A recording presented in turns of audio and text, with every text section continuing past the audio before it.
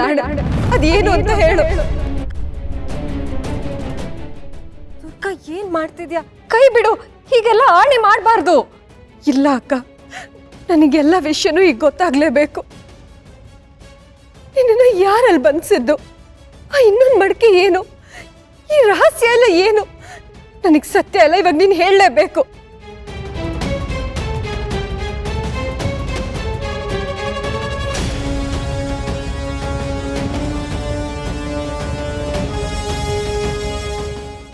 ಸರಿ ದುರ್ಗಾ, ನೀನು ಕೇಳ್ತಿರೋ ಸತ್ಯನ ನಾನು ಹೇಳ್ತೀನಿ.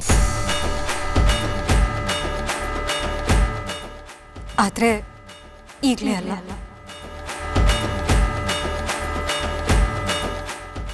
ಇಲ್ಲ ಅಕ್ಕ, ನನಗೀಗಲೇ ಗೊತ್ತಾಗಬೇಕು. ನನ್ನಿಂದ ಸುಮ್ಮನೆ ಇರೋಕ್ಕಾಗ್ತಿಲ್ಲ. ನನ್ನ ಮನಸ್ಸಲ್ಲಿ ಏನೋ ಒಂಥರ ಸಂಕಟ ಆಗ್ತಿದೆ. ನನಗೀಗಲೇ ನೀನು ಎಲ್ಲ ವಿಷಯನೂ ಹೇಳಬೇಕು. ಅನಾಹುತ ಅನಾಹುತ ಹಠ ಸಲ್ಲದು. ಸಮಯ ಅಲ್ಲ, ಸಮಯ ಸರಿ ಇಲ್ಲ, ಪಕ್ವವಾಗಿಲ್ಲ. ಅಂಬಿಕಾ ಆಣೆ, ಎಲ್ಲರ ಪ್ರಾಣಕ್ಕೆ ಬೇಡ ಬೇಡ ಬೇಡ ಬೇಡ. ಅಪ್ಪ, ನೀನು ಸ್ವಲ್ಪ ಸುಮ್ಮನೆ ಇರ್ತೀಯಾ? ಅಕ್ಕ, ನೀನು ಹೇಳಕ್ಕ, ನಿಂಗೆ ನಿಜವಾಗ್ಲೂ ನನ್ನ ಮೇಲೆ ಪ್ರೀತಿ ಇದೆ ಅಲ್ವಾ? ನೀನು ಹೇಳು.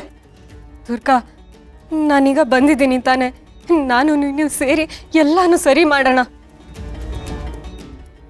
ನಿನ್ನ ಹತ್ರ ಹೇಳೋಕ್ಕಾಗದೇ ಇರೋ ಕೆಲವು ವಿಷಯಗಳಿದ್ದಾವೆ ದುರ್ಗಾ. ಆದರೆ ನೀನು ಅದ್ರ ಬಗ್ಗೆ ಕೇಳಬಾರ್ದು, ನಾವು ಹೇಳಲೂಬಾರ್ದು. ನಿನಗೆ ನನ್ನ ಮೇಲೆ ನಂಬಿಕೆ ಇರಬೇಕಷ್ಟೆ. ಹೇಳು ದುರ್ಗಾ, ನಿನಗೆ ನನ್ನ ಮೇಲೆ ನಂಬಿಕೆ ಇದೆ ಅಲ್ವಾ? ನನ್ನ ಪ್ರಾಣಕ್ಕಿಂತ ಹೆಚ್ಚಾಗಿ ನೀನು ನಂಬ್ತೀನಕ್ಕ. ಹಾಗಾದರೆ ನಿನಗೆಲ್ಲಾನು ಹೇಳ್ತೀನಿ ದುರ್ಗಾ. ಆದರೆ ಸದ್ಯಕ್ಕೆ ನೀನು ಮನೆಗೆ ಹೋಗಬೇಕು. ಅಲ್ಲಿ ಶರತ್ ನಿನ್ನ ಹುಡುಕ್ತಿರ್ಬೇಕು. ಪ್ಲೀಸ್, ನಾನು ಅಪ್ಪನ ಹತ್ರ ಸ್ವಲ್ಪ ಮಾತಾಡಬೇಕು. ಪ್ಲೀಸ್ ದುರ್ಗಾ, ಮನೆಗೆ ಹೋಗು. ಸರಿ.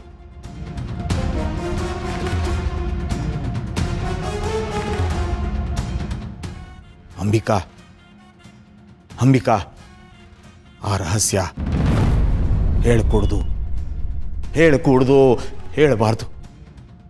ಹೇಳಬಾರ್ದು. ಆಯ್ತಪ್ಪ, ಈ ರಹಸ್ಯನ ನಾನು ಹೇಳಲ್ಲ. ಆದರೆ ಅವಳು ತಿಳ್ಕೊಬೇಕಾಗಿರೋ ಕೆಲವು ವಿಷಯಗಳಿದ್ದಾವೆ. ಅದನ್ನು ಅವಳು ತಿಳ್ಕೊಳ್ಳೇಬೇಕು. ಇಲ್ಲ ಅಂದರೆ ಈ ಕಷ್ಟದ ಮುಂದೆ ಅವಳು ಗೆಲ್ಲಕ್ಕಾಗಲ್ಲ. ಈ ಹೋರಾಟದಲ್ಲಿ ಅವಳು ಗೆಲ್ಲಕ್ಕಾಗಲ್ಲಪ್ಪ.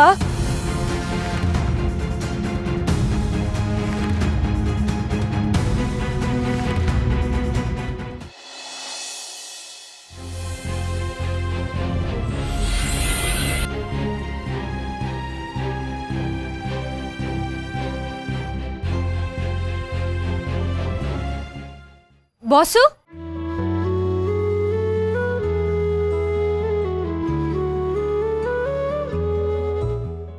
ದುರ್ಗಾ, ಬಾಸು, ನೀವು ಇಲ್ಲೇನ್ ಮಾಡ್ತೀರಿ?